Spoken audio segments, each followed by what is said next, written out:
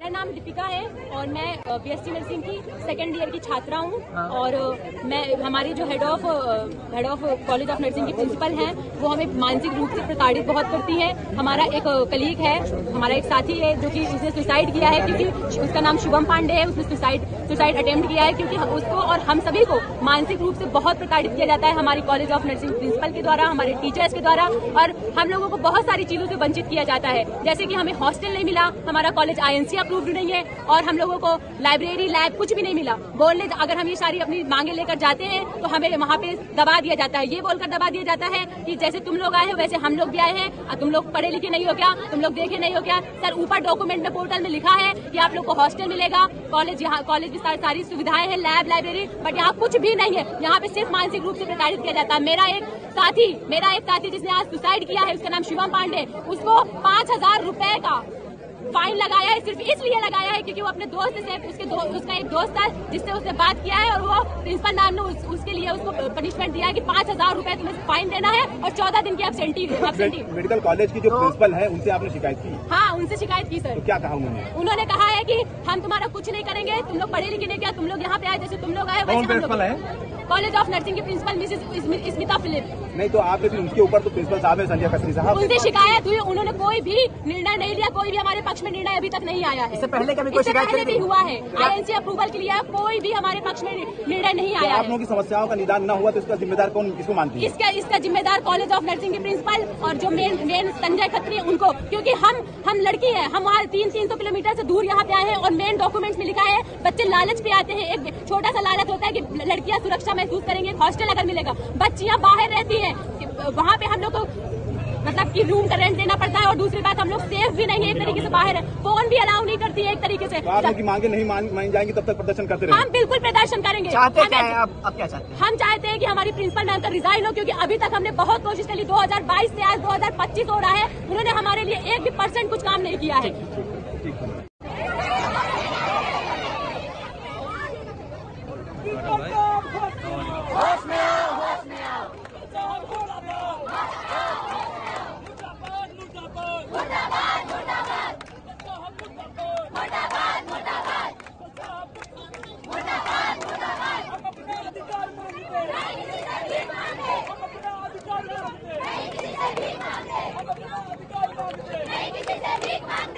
मान्यता कब होगी?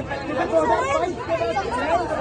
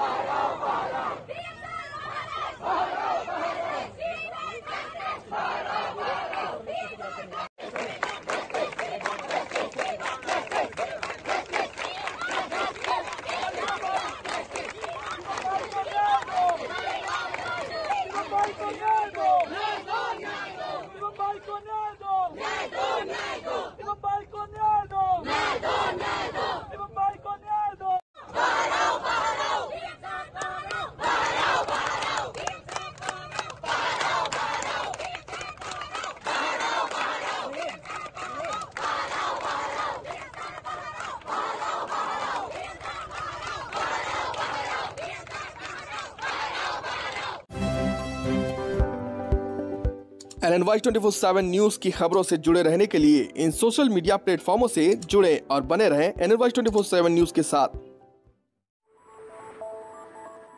NNY 24/7 news, the smart generation web and digital media.